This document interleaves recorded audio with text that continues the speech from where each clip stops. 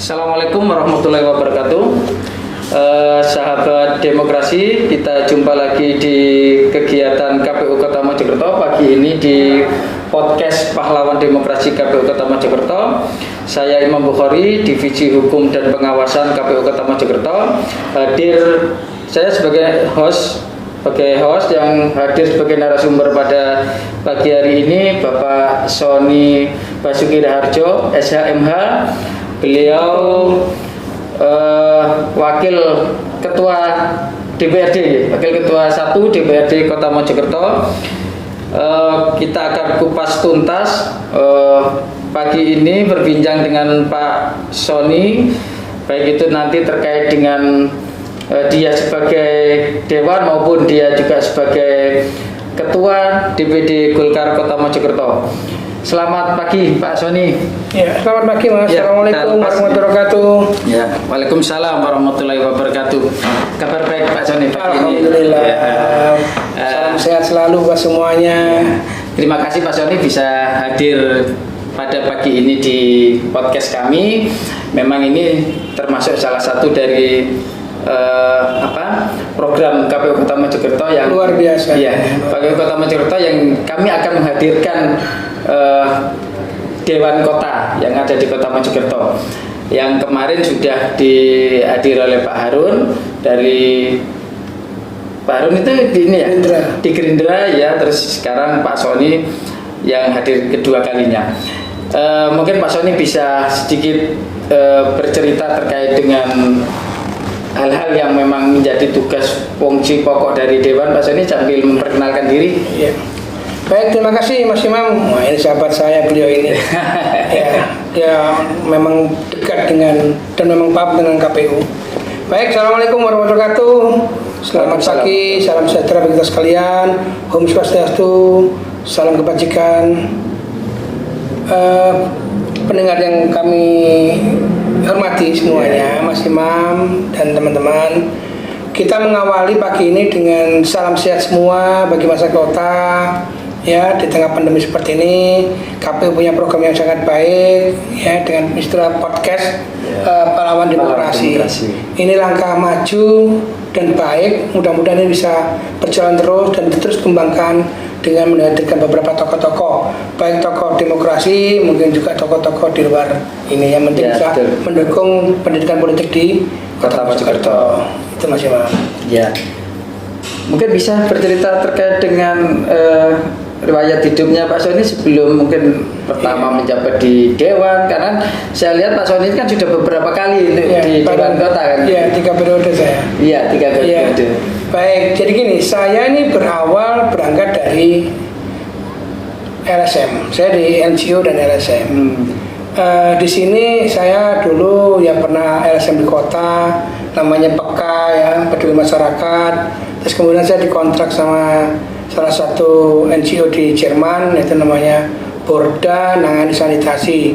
Dan saya juga megang wilayah seluruh Jawa Timur, khususnya di wilayah Mojokerto, Jombang, Nganjuk, Blitar, Kediri sampai di Magetan. Itu wilayah kerja saya. Nah ini sama sebenarnya kita di bidang pemberdayaannya. Berawal dari situ niatan saya untuk maju sebagai anggota DPR. Sebenarnya saya di Golkar ini cukup lama. Saya dari proses masih karakter des ya, kader teritorial desa, masih belum PK ya. Itu saya udah cukup lama berdiri, mulai dari awal. Terus kemudian ini sejarah saya ya. Dari karakter des, istilahnya PL, saya pernah jadi PL, pimpinan kelurahan, saya juga pernah jadi pimpinan kecamatan di Partai Golkar. Berarti dari tingkat bawah. Iya, terus kemudian saya pernah menjadi sekretaris DPD Golkar sampai saya di Ketua DPD Golkar Kota Mojokerto. Ini semua perlu perjuangan. Saya tidak lupa, saya ucapkan terima kasih dan saya menghormat kepada Pak Indro Suwono yang sebelumnya itu wakil wali kota Mojokerto ini, dan juga beliau juga ketua DPD Golkar Kota Mojokerto. Atas beliaunya saya dididik politik, itu guru politik saya, sehingga waktu itu saya memang beliau tahu bahwa saya berangkat dari bawah, itu perjuangan, sehingga Pak Indro udah kamu belajar betul, saya sampai disekolahkan sampai di sekolah kalis 2 saya Pak. Gitu Pak ya. Indro. Ya makanya saya terima kasih. Iya. Beliau guru politik saya nggak akan lupa sama beliau. Iya, iya. Jadi sampai saya benar-benar dikawal saya menjadi ketua DPD Golkar. Sampai segitu. Iya, dikawal menjadi anggota DPR. Jadi mulai dari proses itu saya periode 2009 ya. Saya pertama 2009 saya mencalonkan diri, alhamdulillah jadi. Terus kemudian 2014 mencalonkan lagi jadi. Dan sampai alhamdulillah Ini di periode ketiga berarti maksudnya di Dewan Kota Mojokerto. Iya, itu yang mulai proses dari pemberdayaan dari pendidikan politik saya. Jadi tidak instan saya, tidak Iya, instan. Beda ya, kalau di Golkar tuh kita tidak serta-merta orang luar bisa masuk tanpa melalui rekrutmen ya betul. Kader. Iya, jadi kalau mencalonkan DPRD, Ya. kita ada seleksi. Seleksinya itu juga melalui proses pembobotan. Pertama, beliau harus mencari KTA dulu. Kedua, beliau juga harus punya jabatan di kepengurusan. Nah, nanti skor itu dihitung pada waktu pencalonan. Dari beberapa calon, misalkan dia pernah misalkan duduk di wakil ketua wakil ketua bidang pemuda olahraga, dia punya poin, mungkin nilainya 3. Kalau dia sekretaris bisa nilainya 2 kan gitu. Terus kalau mungkin dia dari pimpinan kecamatan, dia bisa nilainya lain lagi. Itu jadi proses-proses yang di internal yang harus nanti itu dilalui. dihitung semua, dibobotkan untuk bisa dia duduki di tingkat berapa. Misalkan, kursi nomor 1 ini berangkat karena dia tokoh masyarakat, dia juga ketua organisasi sayap kita misalkan ya, atau ormas kita yang punya partai Golkar ya, Hasta Karya misalnya. Nah itu juga punya nilai sehingga untuk menduduki di urutan keberapa itu ada pembobotan. Tidak serta-merta calon datang dia punya duit langsung tidak. Gitu ya. Apalagi sekarang lebih memudahkan dengan adanya tanpa nomor urut ya, jadi lebih enak. Siapapun boleh. Ya karena sifatnya terbuka. Gitu ya. Jadi kadang Pak saya nanti jangan nomor 4 aja Pak karena saya dengan nomornya Golkar. Begitu. Boleh ada nomor saya terakhir aja, gampang pilih-pilihannya kan. Jadi banyak istilah-istilah seperti itu banyak. Iya. Itu yang menjadi. Ya inilah sahabat demokrasi podcast KPU Kota Mojokerto sedikit banyak terkait dengan riwayat bahwa sebelum dia menduduki baik itu sebagai wakil dewan maupun sebagai ketua DPD ternyata memang dia berproses dari bawah gitu. Iya itu. Mungkin nanti sahabat demokrasi bisa saksikan ini di Facebook KPU Kota Mojokerto. Kalau memang ada pertanyaan-pertanyaan terkait dengan yang mau ditanyakan kepada Pak Sony atau kepada kita, nanti bisa berkomentar di Facebook Kota Mojokerto. Pak Sony terkait dengan sekarang jenengan sudah 3 periode di Dewan. Ya. Kira-kira motivasi apa yang membuat jenengan masih terus motivasi awal terkait dengan jenengan mau ke politik ini Pak Sony? Iya, jadi gini, saya berawal dari semangat yang dimiliki oleh orang tua saya. Papi saya dulu, beliau juga sebenarnya pejabat di pemerintah kabupaten. Cuman beliau begini, saya melihat beliau itu senang, walaupun sampai di tingkat tukang becak pun kenal beliaunya. Gitu ya? Iya. Kadang sama teman saya yang di Kalimantan kirim surat, cukup menyebutkan Pak Lili Sujono, surat banyak semua ya, tahunya. Nah, berawal dari situ, kami ingin sebenarnya bercita-cita untuk bagaimana bisa memberikan yang terbaik untuk masyarakat Mojokerto dengan cara saya. Kalau dulu papi saya dengan caranya orang tua saya, tapi dengan cara saya, bagaimana seperti apa yang saya lakukan. Nah, dari situ dari proses awal itu saya alhamdulillah terpilih menjadi anggota DPRD. Nah, dari pengalaman saya diberikan amanah oleh masyarakat Mojokerto itu, saya ingin memberikan yang terbaik untuk masyarakat. Saya membentuk komunitas namanya SPR Community. Sampai sekarang masih ada. Alhamdulillah. Saya alhamdulillah begini, saya melihat bahwa saya didukung ini bukan hanya dari partai Golkar. Banyak tokoh-tokoh masyarakat yang tidak mau berpartai tapi dia simpatik dengan saya. Ada yang seperti itu. Ada dia tokoh RT, RW dia tidak mau berpartai, tapi dia ingin memberikan suaranya ke saya. Nah ini yang menguntungkan saya. Kalau jalur partai pasti ya, kalau loyalitas partai pasti. Nah dari sini SBR Community itu saya bentuk sampai di tingkat RT RW. Nah SBR Community ini yang terus kami ciptakan, kita dekati terus, dan dari SBR Community kita bisa memberikan masukan kepada saya. Jadi saya SBR Community ini adalah terdiri dari tokoh-tokoh masyarakat, baik RT, RW, TNI, Polri ada di dalam situ semua. Yang dia di luar dari partai. Ini organisasi yang tidak bersinggungan dengan politik, tidak politik. Dan mereka beliau-beliau yang masuk di dalam SBR Community ini, dia bukan kepentingan pribadinya yang didulukan, tapi kepentingan masyarakat. Nah dari sini ini kan sudah mulai kita melakukan pendidikan politik. Dari awal sudah kita melakukan pendidikan politik, bahwa percuma kalau kita jadi anggota DPRD tidak bisa memberikan masyarakat. Terus jangan masyarakat hanya diberikan uang, diberikan, tapi berikan kail untuk bisa dapatkan ikannya itu. Jangan kita berikan ikan langsung, tapi kita berikan pancingnya juga kan itu ya. Nah dari sini mereka itu setiap kalau saya ada reses itu saya mesti monggo silakan masukan apapun silakan disampaikan kepada kami, dan alhamdulillah hampir semua reses yang mereka terrealisasi. Itu salah satu tugas dari anggota dewan. Betul. Jadi mendengarkan aspirasi masyarakat. Betul. Iya. Apalagi sekarang dengan pokir ini kan sudah disahkan oleh undang-undang bahwa itu salah satu hak yang dimiliki oleh anggota DPR untuk bisa memberikan kontribusinya kepada masyarakat. Jadi ada 3 jalan kan, ada musrembang, ada pokir masyarakat, ada jalur wali kota untuk kebijakan wali kota ada sendiri. Nah ini yang menjadi memudahkan kita sebenarnya. Dari awal itu saya kepinginnya sebenarnya begini Mas. Pendidikan politik itu kalau kita mengacu kepada Undang-Undang Nomor 2 tahun 2011 tentang partai politik. Tentang partai politik kan jelas bahwa pembelajaran dan pemahaman tentang hak dan kewajiban serta tanggung jawab warga negara untuk bangsa dan negaranya. Nah kalau melihat dari situ, ini tanggung jawabnya bukan kepada DPR semua, tapi kepada warga negara. Tapi kita harus bisa memberikan masukan, pembelajaran kepada mereka posisi berpolitik yang baik. Nah itu salah satu langkah kalau kita mengacu pada undang-undang.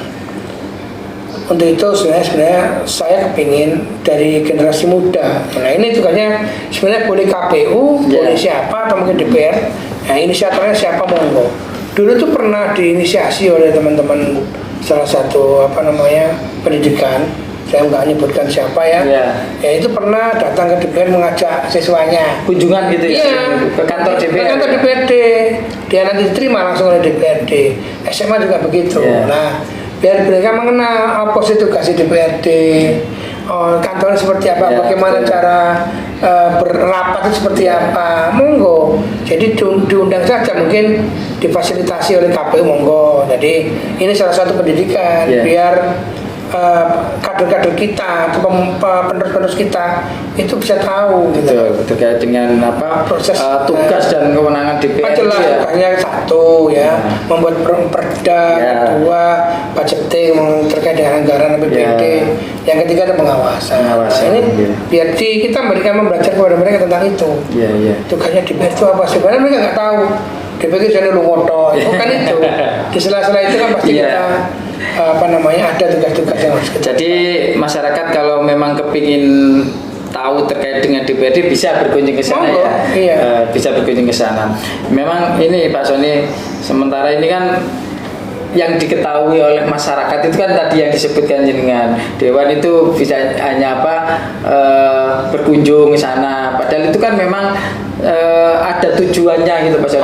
Pasti ada tujuan ke sana terkait dengan tujuan baik itu legislasi, penganggaran maupun pengawasan gitu Pak Sony. Sesuai dengan bidang-bidangnya ada di DPRD. Kita kan ada bagi 3 komisi.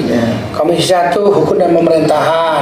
Di situ ada dinas-dinas pengampu yang masuk dalam bidangnya Komisi 1 itu apa aja, hukum, pemerintahan, terus kemudian macam-macam lah dan sebagainya. Terus kemudian kalau Komisi 2 itu terkait dengan keuangan ya, keuangan, terus pembangunan itu masuk Komisi 2. Terus kalau Komisi 3 sosial, kemasyarakatan, ya rumah sakit, dinas sosial dan sebagainya itu masuk di bidangnya Komisi 3. Nah ini pembidangan ini yang akhirnya kita ingin masuk kawero lah, kalau bahasa Jawanya itu kan ingin cari informasi di daerah lain ya, untuk bisa diterapkan di daerah kita. Iya, itu kan memang gitu. Tapi kalau masyarakat, umpamanya masyarakat secara umum Kota Mojokerto yang ingin memberikan masukan kepada anggota dewan gitu, ada jalurnya tersendiri, Pak. Boleh. Jadi gini, kalau kita kembali lagi begini, masyarakat punya hak untuk misalkan mau bertanya, ada sesuatu yang mau ditanyakan silakan. Misalkan dapat pelayanan nggak baik, kirim surat kepada kami. Kami akan gunakan anak kita, mungkin kita hearing lah, SDP dengan mereka. Misalkan kemarin ada masyarakat di salah satu wilayah di Wates, dia mengeluh ngirim surat ke DPRD terkait dengan rumah kos. Akhirnya kita fasilitasi, kita undang Satpol PP, akhirnya Bapak melakukan langkah. Apakah nanti kan surat itu masuk ke kita dulu, apakah perlu kita hearing, apakah langsung kita tidak lanjuti ke dinas terkaitnya, monggo. Tapi kalau di dinas terkait tidak melangkah, baru kita panggil untuk hearing, kenapa kamu tidak melakukan langkah ini, apa penyebabnya, nah itu baru kita cari informasi. Ya, itulah salah satu tugas dan fungsi DPRD Kota Mojokerto sebagai keterwakilan masyarakat. Melangkah ke selanjutnya Pak Sony terkait dengan anjingnya sebagai anggota partai politik lah, di partai politik. Kira-kira pendidikan politik apa yang kira-kira pas cocok untuk Kota Mojokerto ini, Pak Sony? Jenengan sebagai di samping sebagai anggota dewan, dia jenengan juga sebagai ketua partai politik gitu loh, yang sudah dilakukan oleh partai jenengan. Jadi kalau pendidikan politik satu, kan kita sudah pembelajaran, pembelajaran pemahaman. Nah, ini pentingnya generasi muda tahu tentang politik itu apa, ya. Terus berpolitik itu bagaimana, apa dan bagaimana, ini yang harus dibangun oleh mereka. Terus medianya untuk bisa itu seperti apa, harus masuk kemana, kan begitu ya. Berarti banyak jalurnya, kan banyak, bisa melalui masuk ke partai politik boleh, mau ke LSM boleh, boleh. Ini dalam rangka untuk bisa memberikan masukan kepada kita, atau bisa memberikan peran tentang politik dan sebagainya. Jadi kalau politik praktis ya kita harus masuk ke partai politik. Nah itu. Nah, partai politik mana yang disetujui atau yang harus sesuai dengan hati nurani dia. Kalau cocoknya ke partai Golkar ya silakan ya. Kalau saya cocoknya ke partai lain silakan. Jadi itu tergantung kepada sesuai nggak dengan hatinya untuk bisa menyuarakan itu. Apa ada persyaratan-persyaratan khusus untuk menjadi anggota partai politik itu, Pak Sony? Pertama di jenengan umpamanya. Kalau kita yang jelas loyalitas, Pak. Itu salah satu ya. Loyalitas, dedikasi ya. Terus ini harus menjadi syarat utama kita. Cuma jadi anggota partai politik tapi dia di luar macam-macam, akhir berbuat aneh, ya akhirnya memberikan partai kan. Itu yang juga yang itu ya, kembalinya ke partai juga gitu loh. Betul. Iya. Demikian sahabat demokrasi, podcast Pahlawan Demokrasi KPU Kota Mojokerto. Kita akan kembali dengan ngobrol bareng dengan Pak Sony setelah kita jeda dulu Pak Sony ya. Kita jeda dulu, nanti Pak Sony biar bisa minum atau apa ya. Demikian sahabat demokrasi KPU Kota Mojokerto. Kita kembali lagi dengan Bapak Sony Basuki Raharjo. Jangan Bapak, terlalu tua, Mas. Oh Mas ya, dengan Mas Sony. Gitu. Karena kita sahabat jadi sahabat. Siap. Kok terlalu tua kalau ada kencang, betul ya. Ada gap kalau kita meskipun itu usia boleh lanjut, tapi semangat ini harus semangat Mas. Jangan sekat. Oh iya. Yang penting etika itu dipakai. Siap. Iya. Terima kasih. Ini Pak Sony, kami juga ingin melanjutkan pertanyaan tadi. Gini, terkait dengan yang selama ini beredar itu kan ketakutan orang yang kalau mau ini Pak Sony, mau menyalonkan, baik itu menjadi anggota dewan, menjadi kepala daerah, itu gimana Pak Sony? Ya. Memang berita-berita seperti itu memang benar gitu loh Pak Sony? Ya. Jadi gini, kalau di Partai Golkar, partai saya itu tidak ada seperti itu. Apalagi nyalek itu tidak ada. Jadi nyalek boleh tanya calon-calon yang sudah jadi ini atau yang calon-calon tidak ada. Kita tidak pernah menarget harus kamu start, saya tidak pernah. Boleh tanya semua. Saya boleh jadi taruhannya, tidak pernah. Jadi memang proses-proses yang tadi yang disebutkan di awal, kaderisasi dan proses-proses yang lain itu memang harus dilakukan. Harus. Jadi satu, saya cuma tekankan satu, keseriusan. Kamu serius nyalon ganda. Kalau memang serius nyalonkan, kamu harus persiapkan. Persiapkan itu kan baik dari persiapan dirinya sendiri maupun finansialnya. Finansial bukan untuk apa-apa. Kamu minimal untuk mengenal dirimu, kamu butuh alat peraga. Alat peragamu kan itu harus kamu persiapkan. Terus kedua, kamu butuh kesehatan fisikmu ya apa. Yang paling penting adalah kesiapan dirinya dulu. Kalau yang lain itu nomor dua. Saya kemarin waktu nyalkan kemarin saya tidak nyetak banner banyak. Saya tidak menyetak banyak, tapi saya malah justru sering bertemu dengan masyarakat. Berarti secara langsung turun ke masyarakat gitu ya. Sama dengan waktu memperkenalkan Bu Wali menjadi wali kota. Beliau yang kita usung dari Golkar. Beliau orang Mojokerto kan belum kenal kan siapa itu Nita, taunya adanya Pak Mustafa. Tetapi untuk kenal itu kan harus dekat. Nah, Golkar waktu itu punya program untuk perkenalan saya dengan tumpengan di setiap kelurahan, di setiap ranting-ranting saya, PL saya. Itu kita undang Bu Wali untuk hadir. Jadi itu salah satu cara untuk memperkenalkan. Minimal kita kenalkan. Kita di situ kan kita undang tokoh-tokoh masyarakat. Karena di PL atau di ranting itu, di ranting kita kan kita ambil dari tokoh masyarakat. Berarti yang kita undang juga pasti tokoh masyarakat. Itu sampai akhirnya kenal beliaunya. Ini sampai alhamdulillah kita Bu Wali, saya kira masih hubungan dengan Bu Wali sangat baik. Kita membaik dengan kita. Sama dengan untuk nyalonkan di Partai Golkar untuk dewan. Saya katakan sekali lagi, di Partai Golkar tidak ada itu. Yang penting siapkan diri, etika, terus loyalitas dan keseriusan harus kita punya. Kita harus punya KTA dulu. Masuk kita daftar, Pak saya mau daftar ke nanti kita masukkan. Nanti bisa kita masukkan dulu di tingkat ranting. Kalau kamu memang sudah tokoh, mungkin kalau bisa kita ambil di pleno, kita ambil di pleno. Berarti kita nanti ada PAW, struktur kepengurusan kita laporkan kalau memang beliau dia tokoh pendidikan misalkan. Pinginnya kita masukkan di struktur di wakil ketua bidang pendidikan. Gitu. Disesuaikan dengan kapasitas orangnya. Itu sehingga jangan ragu-ragu lagi. Alhamdulillah kemarin ini baru pertama kali dalam sekian periode Golkar ini kota Golkar baru dapat wakil ketua dalam zaman saya. Gitu ya. Sebelumnya itu dapat tiga. Gitu ya. Berarti ada kenaikan berarti. Dengan saya memimpin ini bisa 4. Dalam juga dua wakil ketua. Nah ini kemarin dapat apresiasi dari DPP maupun dari DPD 1 bahwa ini kita luar biasa. 1, Pilpres menang, Pilwali menang, Pileg menang, ya kan? Ini luar biasa. Prestasi bagi jenengan sebagai ketua DPD. Makanya kemarin lancar. Jadi pencalonan ketua DPD periode kedua lancar. Saya sudah punya tiket katanya. Nah tapi ini beban berat saya. Itu nanti ke depan mempertahankan itu lebih sulit dibanding kita meraihnya. Nanti tapi target saya bisa 5 ke depan. Saya 5 target saya. Kalau waktu kemarin ketua DPD Golkar Provinsi menargetkan 6, saya ngomong tidak mungkin ketua, berat kalau 6.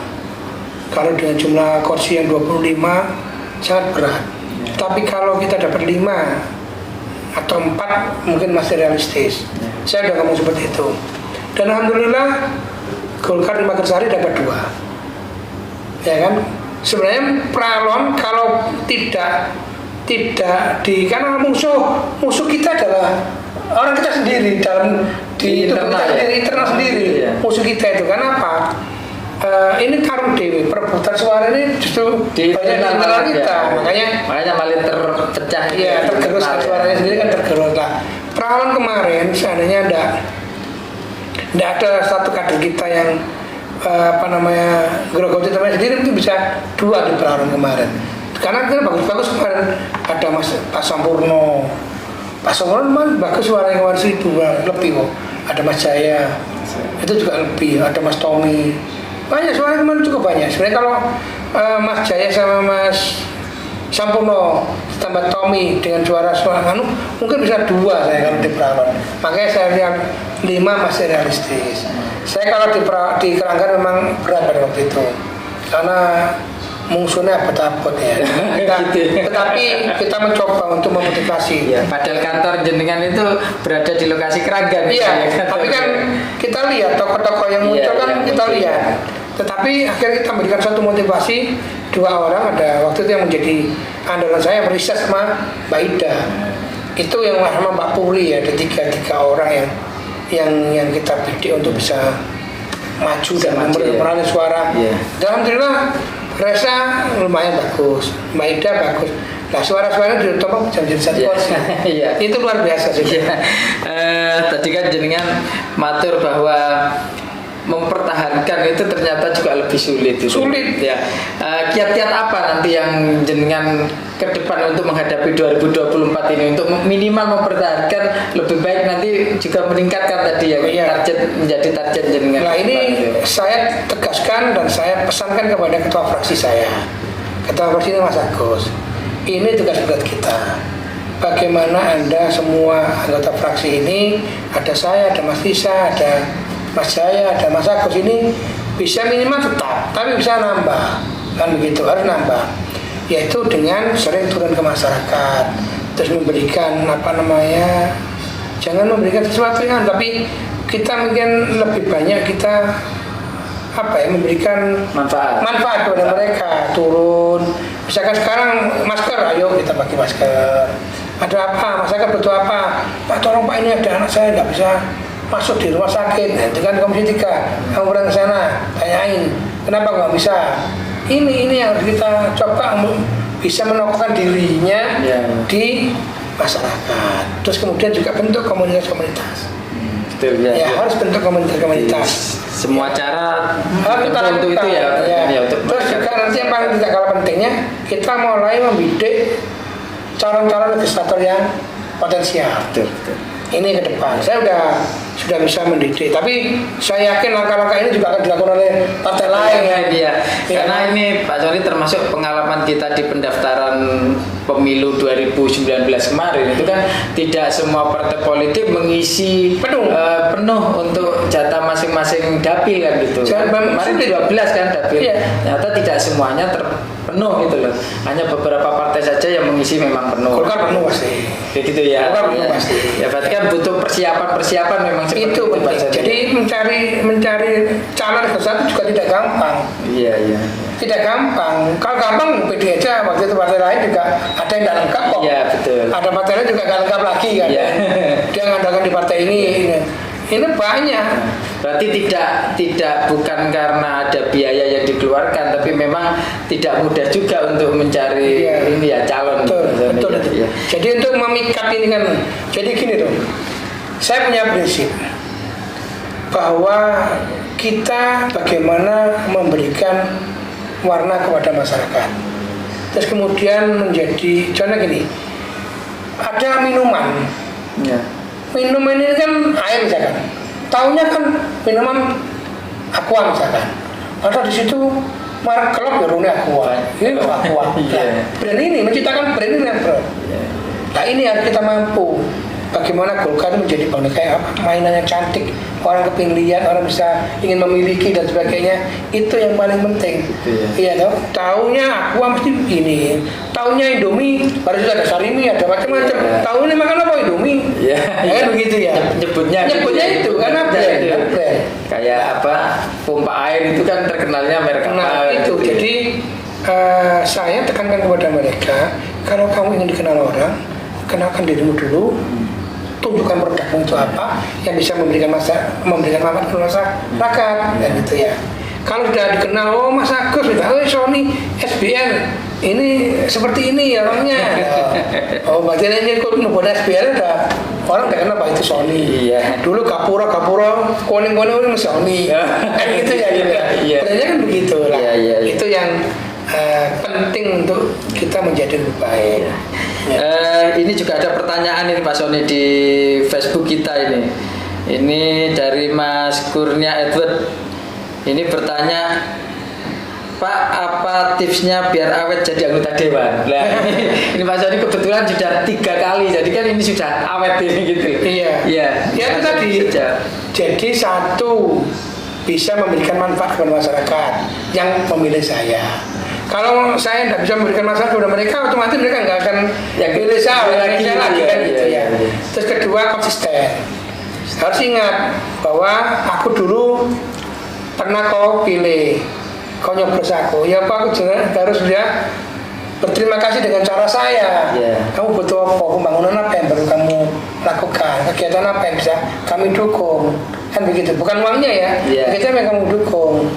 Nah, sehingga masyarakat merasa terperhatikan, bukan apa namanya mari selesai ini enggak. Jadi boleh ditanya saya, kalau saya ini hampir mesti turun kepada mereka, terus mereka ngeber Pak Sony aku butuh ini, seperti apa Mas, kenapa ini, ya banyak kita salurkan ke dunia pekerjaan, banyak ke banyak lah bagian. Kemudian Pak ini Pak, saluran saya buntu seperti kemarin di Wilis ya, Wilis Raya itu kan sampai mau dipasang portal. Terus kemudian saya datang kepada mereka, kenapa ini masalahnya? Ternyata, ayo saya undang RW, RT, sama tokoh masyarakat. PU mau ngerjakan ini, tapi siapa yang bertanggung jawab dengan penutupan saluran ini? Adanya bis beton di atas saluran. Kalau semua bertanggung jawab dan mau untuk dibongkar, untuk dibersihkan, harus PU akan melakukan. Ternyata ada kesepakatan baik, dan alhamdulillah sekarang sudah selesai. Terus kemarin juga ada Raja Besi, Kelut, Panderman, ya termasuk dan saya juga wilayah banjir kan gitu ya. Itu saya WA kepada Pak Widi, nanti Pak Widi, ini harus kita atasi itu saluran yang ada di Raya Penanggungan. Caranya gimana Mas Sony? Ya yuk, sampai undang RT RW di sekitar wilayah yang teraliri, yang adanya di Jalan Penanggungan itu diundang. PU akan mau membangun dengan syarat biaya bersedia untuk bongkar sendiri-sendiri tutup saluran yang ada di atasnya itu ya, masing-masing. Dan alhamdulillah ada kesepakatan. Dan sekarang udah mulai dinormalisasi ya, dan dikerjakan. Nah ini langkah sehingga masyarakat terbantu. Jadi kemarin ada Pak, saya butuh ini loh Pak, butuh ini ya. Ayo kita pikir bersama, coba komentar yang dimintain, jangan dewan penting, tapi ayo kita kerja sama-sama. Bareng-bareng antara masyarakat dan pemerintah. Iyalah. Jadi biar apalagi kita tidak hanya menyiapkan kayanya. Tidak menyiapkan ikannya, tapi juga kita siapkan kayanya. Itulah sahabat demokrasi, termasuk tip-tip yang telah disampaikan oleh Mas Sony ya. Saya sampai lupa manggil Pak lagi. Saya pasti baru usia berapa sih? Kayak saya udah tua, saya kasih 23. 23 ya? Itu 23 itu kelebihannya maksudnya atau kelahiran? Iya, betul itu. Pak Sony kelahiran kalau kurang lebih mungkin sekitar 67, 66 gitu. Iya, 66 saya. Karena ini kebetulan angkatan dengan mas saya. Iya, Mas Yofan. Iya. Itu sahabat saya juga. Iya, Pak Sony. Cuma jalannya beda. Iya. Dia di pendidikan. Iya, Pak Sony di melut jalur politik. Ya itulah sahabat demokrasi, termasuk pengalaman yang mungkin bisa diserap oleh masyarakat Kota Mojokerto. Bagaimana nanti kalau masyarakat Kota Mojokerto mau mencalonkan, baik itu menjadi anggota dewan, menjadi kepala daerah, itu ternyata tidak berat di biaya, tapi Ya. kesungguhan, Keseriusan. ya keseriusan, dan nanti kalau sudah jadi itu kemanfaatannya ternyata, Ya. kemanfaatan bagi masyarakat Ojo Kota lali. Mojokerto. Jangan lupa. Nah, ini jangan mari dipilih oleh mbak si mele. Bismillah, ini termasuk ini ya, Ya. Pak, termasuk slogan jenengan ini, Ya. sampai lali ya. Saya di Setelahnya. Slogan Spirit Community itu ada bekerja cepat untuk rakyat, itu motivasi saya. Motivasi jenengan gitu. Jadi saya kalau ada yang mesti saya segera respon. Iya, iya. Ya, karena kan bagaimana bisa bekerja cepat kan gitu. Ya, betul. Ya. Sahabat demokrasi, ini mungkin waktu sudah hampir selesai. Mungkin Pak Sony bisa ngasih closing statement terkait dengan bagaimana untuk menyadarkan masyarakat Kota Mojokerto ini biar berpolitik dengan baik gitu Pak Sony. Iya. Ya. Jadi begini, saya berpesan kepada masyarakat warga Kota Mojokerto. Satu, etika berpolitik harus dipegang. Etika berpolitik. Terus kemudian juga keseriusan dalam membangun di dunia politik. Terus kemudian jangan lupa bahwa masyarakat itu butuh sentuhan-sentuhan yang baik, ya. Jadi butuh sentuhan-sentuhan yang baik, yang selalu ingat dan sebagainya. Kalau kita lupa dengan mereka, masyarakat juga akan lupa melupakan kita. Jangan sampai itu. Ya, masyarakat tetap ayo berjuang bersama-sama untuk mewujudkan Kota Mojokerto. Ya. Terima kasih Pak Sony atas kehadirannya di podcast kami, podcast Pahlawan Demokrasi Kota Mojokerto. Semoga perbincangan kali ini bisa membawa manfaat dan bisa membawa informasi kepada masyarakat secara umum, baik itu terkait dengan kepolitikan maupun terkait dengan tugas dan fungsi Dewan Kota Mojokerto. Ya, saya terima kasih juga kepada Mas Imam dan KPU Kota yang punya program podcast ini, Demokrasi Pahlawan Demokrasi. Ini sekali lagi terima kasih. Jangan hanya senang di sini, tapi ciptakan inovasi lebih baik. Iya, Terutama iya. dalam rangka pendidikan politik untuk warga kota. Betul, ya, Ya, insya Allah nanti akan kita kembangkan terus Pak Sony, Ya. sambil kita nunggu juga masukan-masukan dari masyarakat secara umum. Kita tunggu kedatangannya di DPRD Kota Mojokerto menghadirkan Siap. generasi-generasi muda. Insya Allah nanti kita akan kerjasama dengan sekolah-sekolah juga Pak Sony. Ya. Nanti coba kita akan perbincangkan itu juga di podcast kami di podcast Pahlawan Demokrasi Kota Mojokerto. Baik, demikian pemirsa Pahlawan Demokrasi, kami mohon maaf jika ada hal yang kurang berkenan dalam perbincangan ini, ada yang kurang dalam perbincangan kali ini. Kami akhiri, billahi taufiq wal hidayah. Wassalamualaikum warahmatullahi wabarakatuh. Waalaikumsalam warahmatullahi wabarakatuh. Matur nuwun.